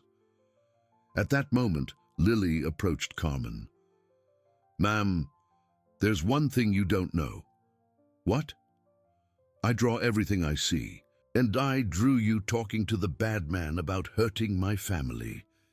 Carmen lost her composure for a moment. That doesn't prove anything. Yes, it does, because I also draw the license plates, the numbers on documents, and even the conversations on the phone when I can hear them. The revelation that Lily had visual evidence of everything made Carmen visibly nervous. A child's drawings aren't legal proof. They are when they're as accurate as photographs, said a voice behind her. Carmen turned and saw the private detective approaching, and when they're accompanied by recordings of detailed confessions. What's going on here? Ms. Vance, you are being indicted for conspiracy, fraud, attempted murder, and making threats against a family. Carmen looked around, finally realizing she'd been tricked. This is a trap. It's justice, Theodore corrected. Something you tried to avoid, but Lily made sure would prevail. As Carmen was handcuffed, Lily held Theodore's and Isabella's hands. Is our family safe now? It is, my dear, thanks to your courage and intelligence. Watching Carmen being led away, the Caldwell family knew the hardest battle of their lives was over, but there was still one last revelation that would change everything once more. A week after Carmen's arrest, life for the Caldwell family was beginning to return to normal, but Theodore still faced the financial devastation left by Ryan. Sitting in his study, he analyzed piles of documents, trying to find a way to save what was left of the company. Lily entered the room, carrying another of her detailed drawings. Daddy Theodore, I remembered something else important. What is it, sweetie? When Uncle Ryan talked on the phone to people about money, he always mentioned a place where he kept the important things. Theodore looked up from the papers. What place? He talked about a house nobody knew about, a house where he kept documents and other things. Ryan, who was helping with the business reorganization as part of his plea deal, confirmed the information. Lily's right. I have a small apartment I bought in someone else's name. It's where I kept some things I preferred to keep secret. What kind of things? Documents. Cash I gradually siphoned off. Some jewelry I bought as an investment. Theodore stood up abruptly. Ryan, are you saying there's still recoverable money? There is. Not everything that was lost, but a significant amount. Why didn't you tell me this before? Ryan lowered his head, ashamed. Because I was scared. It was additional evidence of my crimes, and I still had hope that maybe I could keep it to start my life over. But now I understand that the only way to truly start over is by doing the right thing. That afternoon, Theodore, Ryan, and their lawyer went to the secret apartment. What they found there exceeded their expectations. Besides cash, there were documents showing other fraudulent schemes Carmen had executed over the years. My God, the lawyer murmured, examining the papers. Carmen wasn't just an envious cousin. She was a professional criminal. What do you mean? These documents show she ran similar scams on other families over the past 5 years, always the same pattern. She identified families with significant inheritances and manipulated situations to benefit herself. Theodore sat down heavily. How many families did she destroy? From the documents here, at least 4, and all of them involved children. She always targeted families with young children or those who had adopted. The revelation that Carmen was a serial predator made Theodore understand why she had been so cruel and calculating. It wasn't just personal greed, it was a modus operandi developed over years. There's something else, Ryan said, opening a small safe. Carmen gave me this to hold. She said it was important for a future plan. Inside the safe were fake identity documents, passports, and a substantial amount of US dollars. It was clear Carmen had prepared an escape route in case she was discovered. She planned to disappear from the country as soon as she got the money from the inheritance and the company, the lawyer concluded. When they returned home, Isabella was in the kitchen preparing dinner while Lily helped her organize the utensils. The domestic scene contrasted dramatically with the revelation of the magnitude of the crimes they had faced. How did the investigation go? Isabella asked. We found out we were just Carmen's latest victims. She's done this to other families before. Lily stopped organizing the spoons. Other families like ours? Unfortunately, yes. And what happened to them? Theodore knelt beside her. Some lost everything and never recovered. Others managed to rebuild their lives, but it took a long time. And us? Are we going to be able to rebuild our lives? We are, especially because we have you to keep us united and strong. That night, while Lily slept, Theodore and Isabella talked about the future. Recovering Ryan's money wouldn't solve all their financial problems, but it would give them a chance to start over. Theodore, can I ask you something? Of course. Do you regret saving me that day, bringing Lily into our lives? The question caught Theodore by surprise. Why do you ask? Because if you hadn't found us, none of this would have happened. You'd still have your company, your stable life. Theodore held his wife's hands. Isabella, if I hadn't found you that day, I'd still be living an empty life. I had money, I had business, but I didn't have a real family. And now I have a wife I truly love, a daughter who teaches me courage every day, and soon we'll have our baby. I'd rather be poor with you than rich and alone. The next morning, an unexpected call changed everything again. It was the police detective in charge of Carmen's case. Mr. Caldwell, I need to inform you of something important. During her interrogation, Carmen made a revelation about Lily. Theodore's heart stopped. What kind of revelation? About the true identity of the girl's parents. What do you mean? Lily's parents died in a car crash. Actually, no. Carmen confessed that she spread that story herself. Lily's parents didn't die. They were threatened by her to abandon their daughter. The revelation was like an earthquake. That's impossible. Mr. Caldwell, Lily's parents are alive, and when they learned she was safe with a family that loves her, they wanted to make contact. Theodore hung up the phone and leaned against the wall, trying to process the information. Lily wasn't an orphan. Her parents were alive and wanted to see her. When he told Isabella, she had the same shocked reaction. How are we going to tell Lily? I don't know. She believes her parents died 2 years ago. And what if they want her back? The question they both feared had finally been spoken. If Lily's biological parents were alive and wanted her back, would they have any right to keep her? Lily chose that moment to enter the room, carrying her doll and a new drawing. Good morning, Daddy. Good morning, Mom. Why do you look so sad? Theodore and Isabella looked at each other, not knowing how to answer. Lily, sweetie, we need to talk to you about something very important, Isabella said finally. Is it about the bad woman? No, it's about your real parents. Lily tilted her head, confused. You are my real parents. Yes, we are, but the parents who gave birth to you, they might be alive.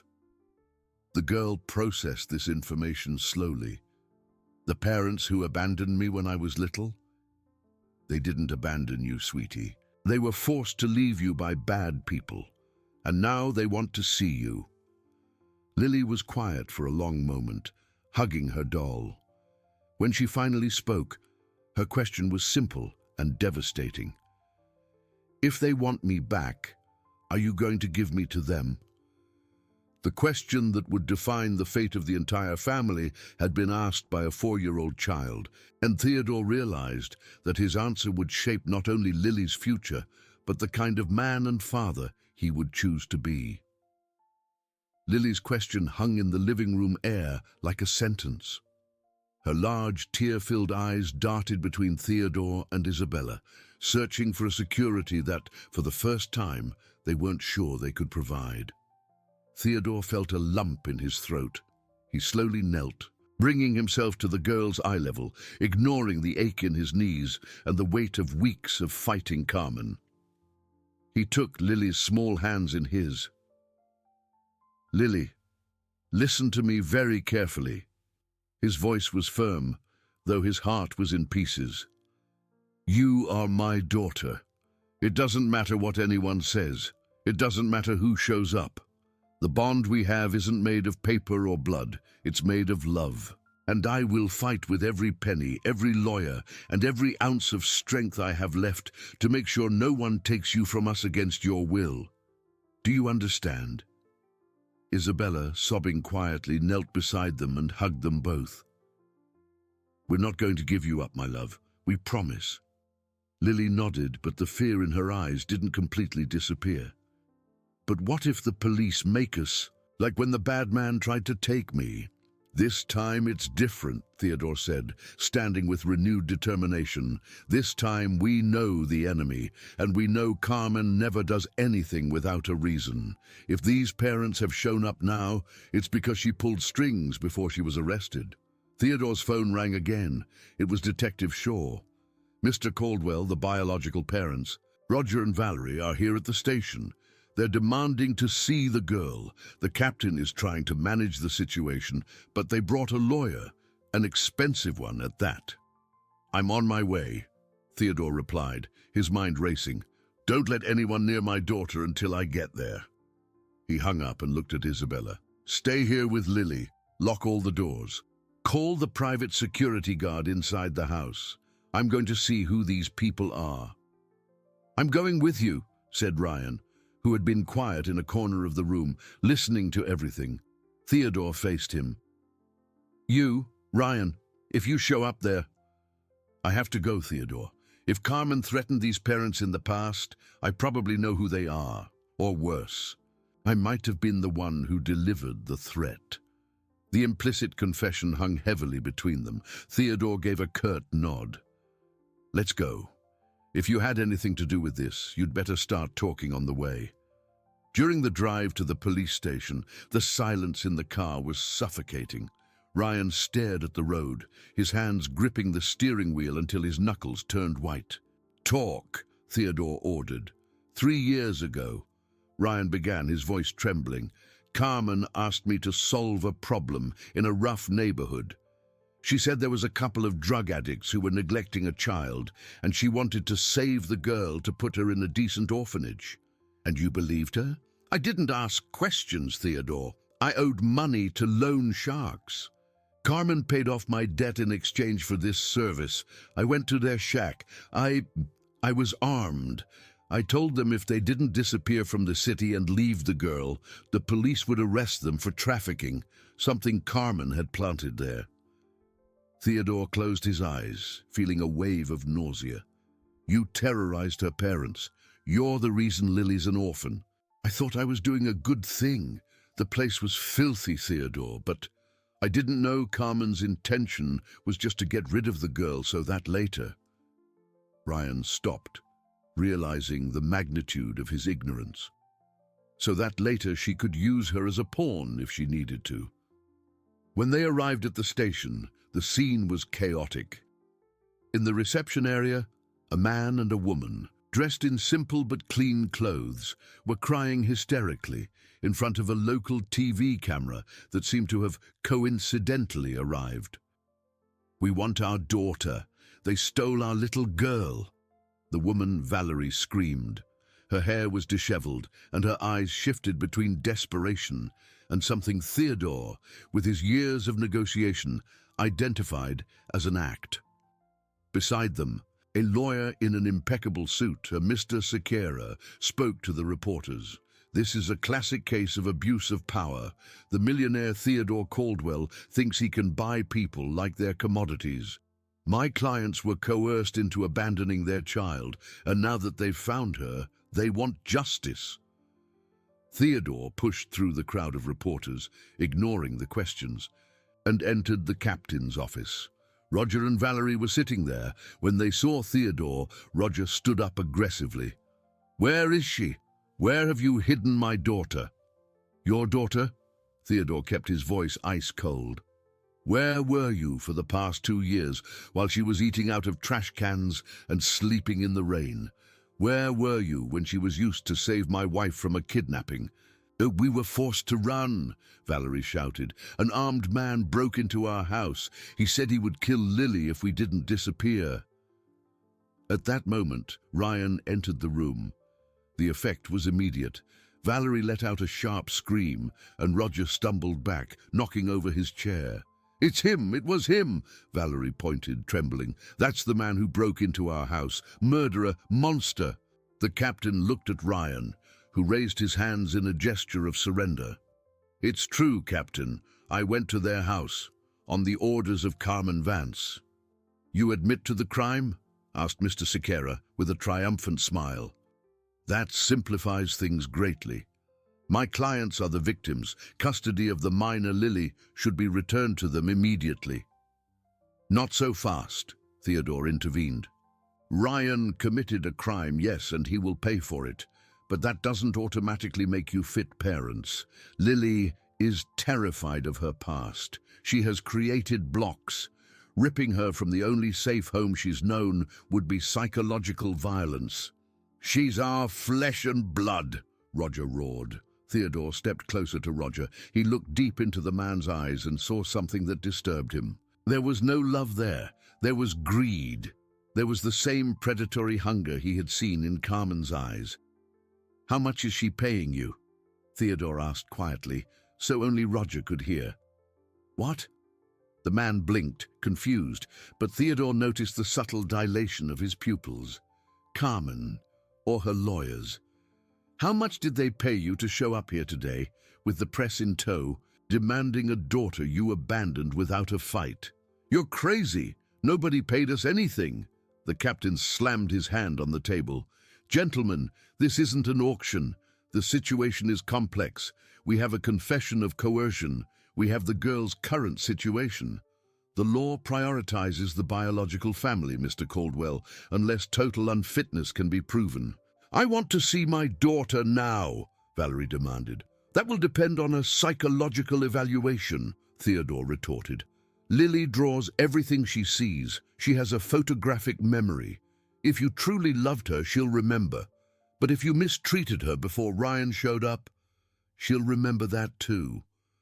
The mention of the drawings made Valerie turn slightly pale. She exchanged a quick glance with Mr. Sequeira.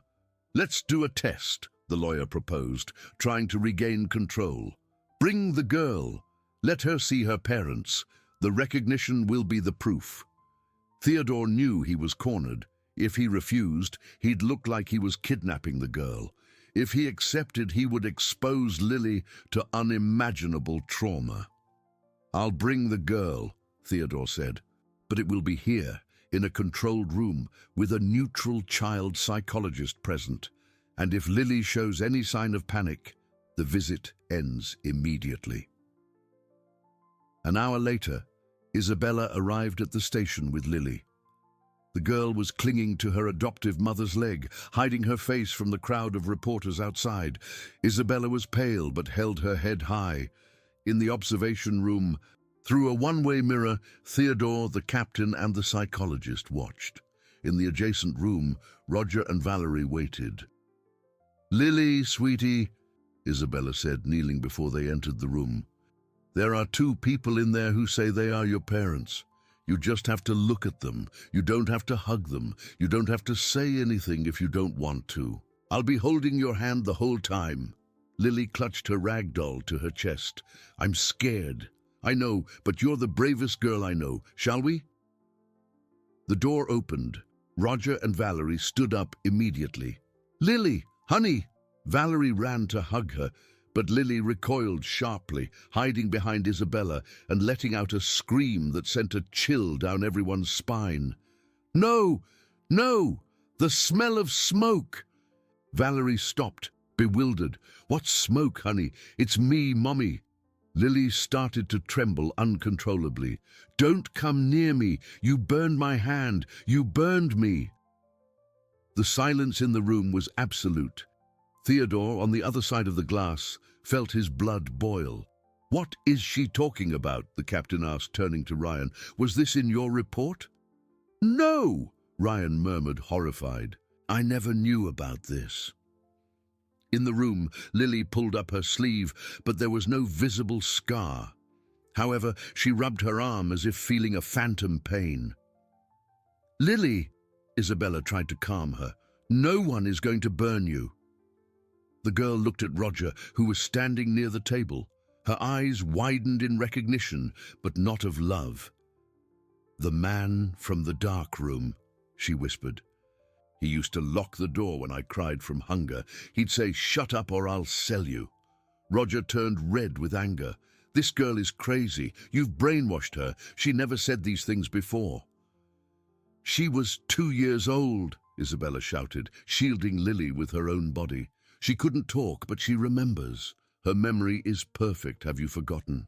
Lily let go of Isabella's hand and ran to the captain's desk, grabbing a piece of paper and a pen. With trembling but quick hands, she began to draw.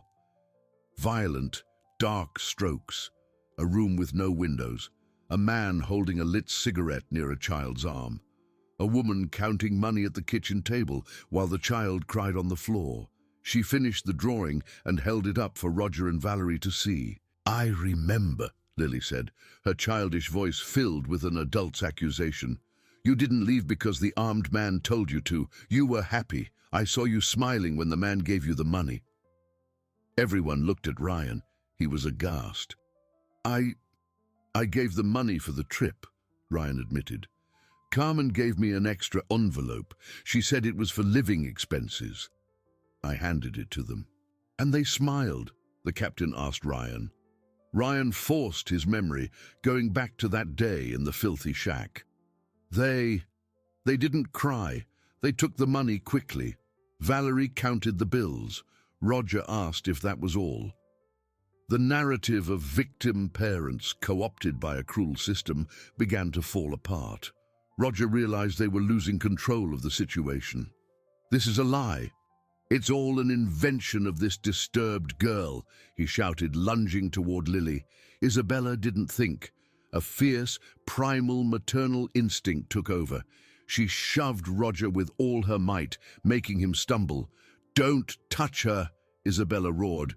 Police officers entered the room and restrained Roger and Valerie. The lawyer, Mr. Sequeira, began gathering his files, visibly uncomfortable. "It seems there has been a misunderstanding about the nature of the family relationship," the lawyer said, trying to leave. "Nobody leaves," Theodore ordered, entering the room with the captain right behind him. He took Lily's drawing. "Captain, this is an eyewitness statement of child abuse prior to the abandonment. I want a psychological and physical evaluation of the girl," the captain said, looking with disgust at the biological parents. "And I want to investigate this couple's finances. If they accepted money to hand over their daughter 3 years ago, that constitutes human trafficking, not just abandonment." Valerie started to cry, but this time it was a cry of fear. "It was Carmen's idea. She contacted us in jail last month. She sent a message." "Shut up." "Valerie," Roger yelled. "I won't. She said if we came here and got the girl back, she'd give us $100,000 when she got out of prison. She said she wanted to see Theodore suffer." The confession exploded in the room. Carmen, even while imprisoned, continued to manipulate lives as if they were puppets. Theodore felt a mix of relief and fury. Relief that Lily wouldn't have to go with those monsters. Fury that Carmen still held so much power. "Take them away," the captain ordered.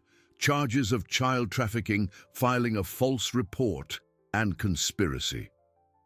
As the officers handcuffed the biological parents, Lily didn't look at them.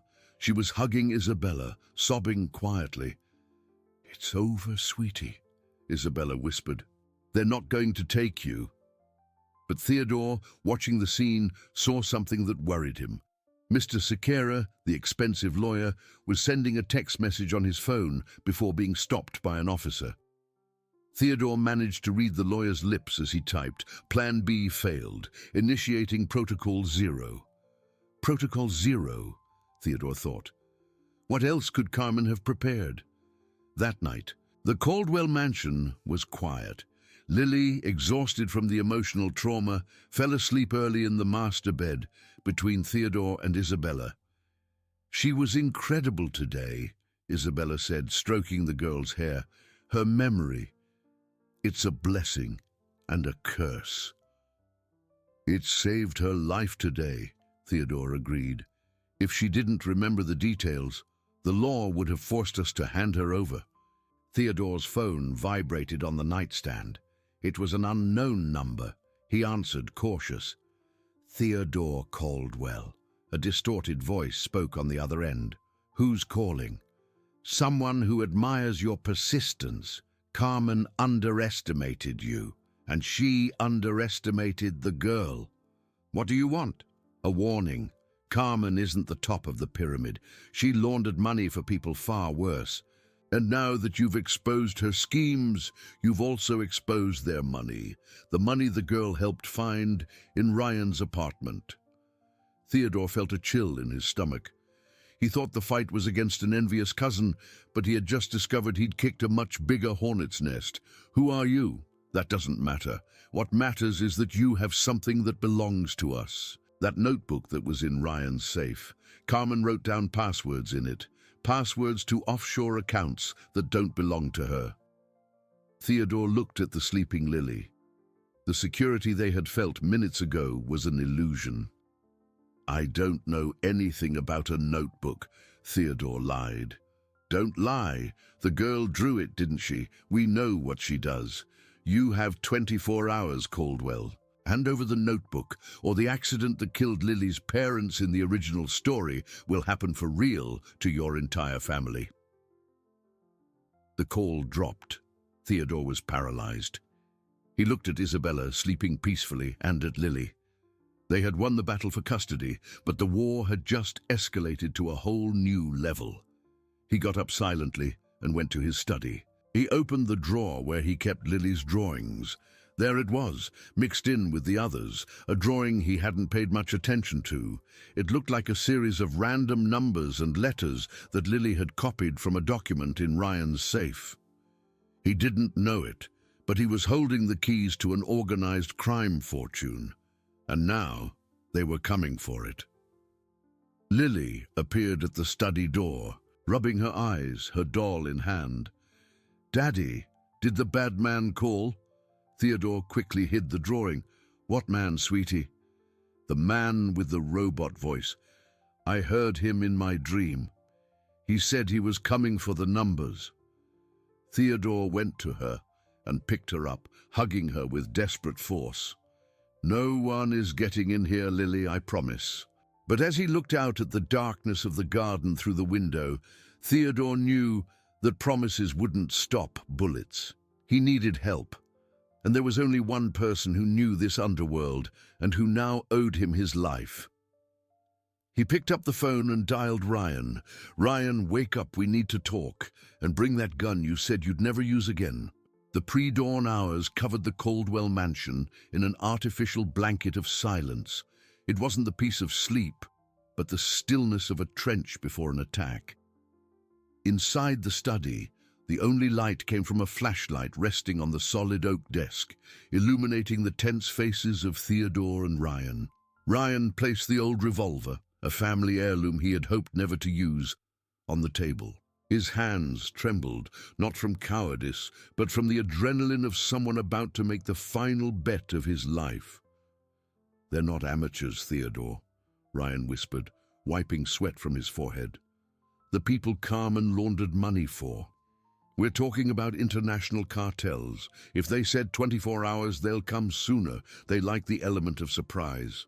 Theodore stared at the drawing Lily had made, the faithful copy of the document from the safe. Those numbers and letters were the banking coordinates for accounts in the Cayman Islands, holding millions of dirty dollars.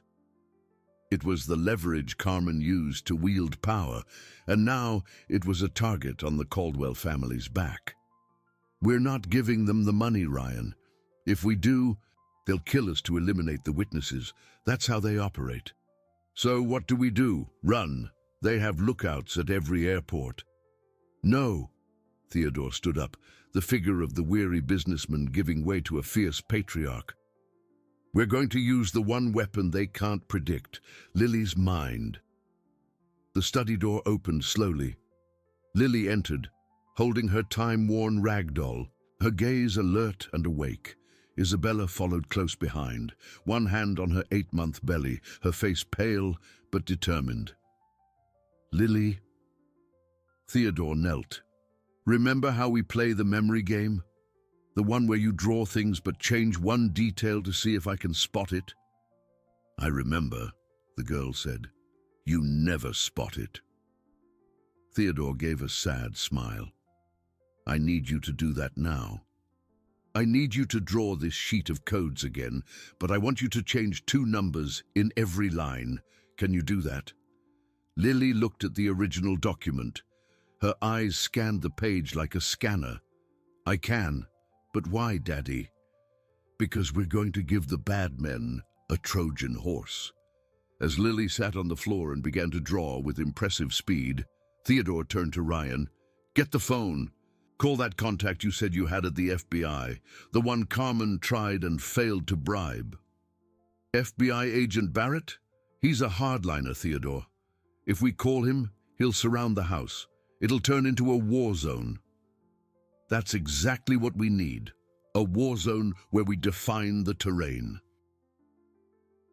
The next few hours were a blur of preparation. Lily finished the fake drawing, a masterpiece of childish forgery that looked authentic but whose codes would lead the criminals to empty or traceable accounts. At 3 in the morning, the mansion's lights flickered and went out. The security system was cut. Protocol 0 had begun. They're here, Isabella whispered, hugging Lily in a dark corner of the library, the safest room in the house. Theodore and Ryan took their positions in the entrance hall. The main door wasn't broken down. It was opened silently with electronic decoders. 3 shadows slipped inside, men dressed in black tactical gear with silencers on their weapons. The leader, a man in a balaclava, signaled for the others to spread out. Caldwell! The leader's voice was the same as on the phone, metallic and cold. We know you're here. Don't make this difficult. Hand over the girl and the codes. Theodore stepped out of the shadows of the staircase, hands in the air, unarmed. The girl has nothing to do with this. The codes are here. He held up the sheet of paper drawn by Lily. The leader laughed, a dry sound. A drawing? You expect me to believe a drawing? It's a photographic copy. The original was burned. If you want access to the $50 million, it's this or nothing. The mercenary gave a signal. One of the henchmen advanced and snatched the paper from Theodore's hand. He pulled out a tablet and began to type in the first codes to test them. The silence was agonizing. Ryan, hidden behind a marble column, held the revolver with both hands, praying he wouldn't have to shoot. The code format checks out, the henchman said. Looks real. Good, said the leader. He pointed the gun at Theodore's head. Now, where's the girl? Carmen was specific. She wants the girl as collateral to ensure you won't talk. The girl is already gone, Theodore lied. She left through the back with my wife. Liar, the leader said. Thermal sensors indicate 3 people in the library. Get them. No! Theodore lunged, but was met with a brutal blow to the face from the butt of a rifle, sending him to the floor. The 2 mercenaries ran towards the library. Ryan knew it was now or never. He stepped out from behind the column. Hey! Ryan shouted. The men turned. Ryan fired. The shot was erratic, hitting a Chinese vase, but it was enough to make them seek cover. The firefight began. In the library, Isabella pushed Lily under a heavy oak table. Stay here, don't come out for anything. Mother Isabella! The girl cried, seeing the library door get kicked open. One of the mercenaries entered, his weapons scanning the room. He saw Isabella. Get up, pregnant lady. Where's the brat? Isabella, with the instinct of a lioness, grabbed a crystal paperweight from the desk and threw it. It hit the man's shoulder, and he grunted in anger, pointing his gun at her. You! Before he could shoot, a small figure launched from the shadows. Lily didn't run to escape. She ran to bite the man's leg with all the force her 4 years could muster. The mercenary roared in pain and surprise, trying to shake the girl off. Let go of me, you pest. The distraction was the fraction of a second Ryan needed. He burst into the library, saw the scene, and without a thought for his own life, threw himself at the mercenary. The 2 rolled on the floor. A muffled shot rang out. Lily screamed. Isabella screamed. Ryan lay on the floor, a red stain spreading across his abdomen. The mercenary got up, preparing to finish the job. But then, the sound of shattering glass came from every window. "FBI! Drop your weapons! Get on the ground!" Agent Barrett and his tactical team stormed the mansion like a tempest. Red laser dots danced across the room. The mercenary leader in the hall tried to flee, but was tackled by Theodore, who, though bleeding, used his last strength to hold the invader's legs until the agents arrived. In the library, the mercenary raised his hands, surrendering to the rifles pointed at his head. The chaos ceased as quickly as it had begun, replaced by shouts of command and Lily's crying. Theodore ran to the library, limping. "Isabella! Lily! We're okay!" Isabella cried, hugging the girl. "But Ryan—" Theodore knelt beside his former partner and friend. Ryan was breathing with difficulty, his face pale. "Ryan, hang on, the ambulance is coming." Ryan smiled, his teeth stained with blood. Did I hit anything, Theodore?" "You saved their lives, you idiot. You were the hero." "Hero?" Ryan coughed. "Never thought. I'd hear that. Tell Carmen. I send my regards." The paramedics rushed in. 3 months later, the autumn sun gilded the leaves of the trees in the mansion's garden, which now featured a state-of-the-art security system and, more importantly, the sound of children's laughter. Theodore pushed a baby stroller along the veranda. Inside it, little Anthony, named after the saint of the day Carmen was defeated, slept peacefully. Lily sat on the grass with a new sketchbook and a set of professional-grade colored pencils, a gift from Theodore. She no longer drew crimes, or bad men, or dark rooms. She drew a garden full of flowers, with 4 people holding hands and an angel watching from above. Isabella came out of the house carrying a tray of juice. She looked radiant, the shadow of fear finally gone from her eyes. "How are my loves?" she asked, kissing Theodore's forehead. "Anthony is sleeping like a log, and Lily is creating another masterpiece." The front gate opened and a car parked. Ryan got out, leaning on a cane, walking with a slight limp, but alive and free. He had made a plea deal. In exchange for turning over the entire money laundering scheme and its international connections, thanks to the codes deciphered by Lily, he was serving his sentence on probation, doing community service. "Uncle Ryan!" Lily shouted, dropping her pencils and running to hug him. Ryan laughed, making a pained face in jest. "Easy there, little one. Your uncle's still patched up." He looked at Theodore and Isabella. There was a silent gratitude between them. Forgiveness doesn't erase the past, but it builds bridges to the future. "I have news," Ryan said, sitting in a wicker chair. Carmen's trial ended today. Everyone fell silent. "And?" Theodore asked. "Maximum sentence, influence peddling, attempted murder, money laundering, racketeering, and, thanks to the testimony from Lily and the biological parents, child trafficking. She's not getting out of prison anytime soon, and all her assets were seized to compensate the victims, including your construction company, Theodore." Theodore sighed, feeling a massive weight lift from his shoulders. The company was saved. It wouldn't be easy to rebuild the empire, but now he had a solid foundation, truth and ethics. "And the biological parents?" Isabella asked, a slight tremor in her voice. "They've had their parental rights permanently terminated.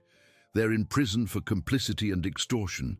The judge has declared Lily's adoption full and irrevocable. The new birth certificate arrives next week." Lily, who had heard everything, approached Theodore. "Daddy, does that mean I'm a real Caldwell now?" Theodore picked the girl up, ignoring the ache in his ribs he still felt from that night. "Lily, you were always a Caldwell, from the moment your little hands untied your mother from that post. The paper just serves to show the rest of the world what we already knew." Lily smiled and rested her head on his shoulder. "I like our happy ending. Can I draw it?" "You can, sweetie, but I think this ending is just the beginning." Isabella came closer, holding Anthony, who had just woken up. The family was complete. That afternoon, as the sun set over Oak Creek, Theodore watched his family. He thought about the man he was months ago, a workaholic, distant from his wife, blind to what truly mattered. It took a 4-year-old girl, with dirty clothes and a brilliant mind, to save him from his own empty life. Lily returned to her sketchbook. She drew herself. She drew Anthony, Isabella, Theodore, and Ryan. And in the corner of the page, she wrote in her childish but firm handwriting, "Family isn't who has the same blood. Family is who holds your hand when the darkness comes." Theodore looked up at the sky. The old rag doll sat on the chair beside him, a silent witness to the entire journey. He promised himself that the doll would be kept forever as a reminder that sometimes help comes from the smallest, most unlikely hands. "Shall we go in?" Isabella called. "Dinner's ready." "Let's go," Theodore said. "Let's go home." And for the first time in years, the word home didn't just mean a building of bricks and luxury. It meant the place where love lived, protected by the courage of a girl who never forgot anything, except what it felt like to be unhappy. If you enjoyed this video, please subscribe to my channel. I promise to bring you videos every day that will make your life happier. Comment what you thought of my story with a rating from 0 to 10, and thank you very much.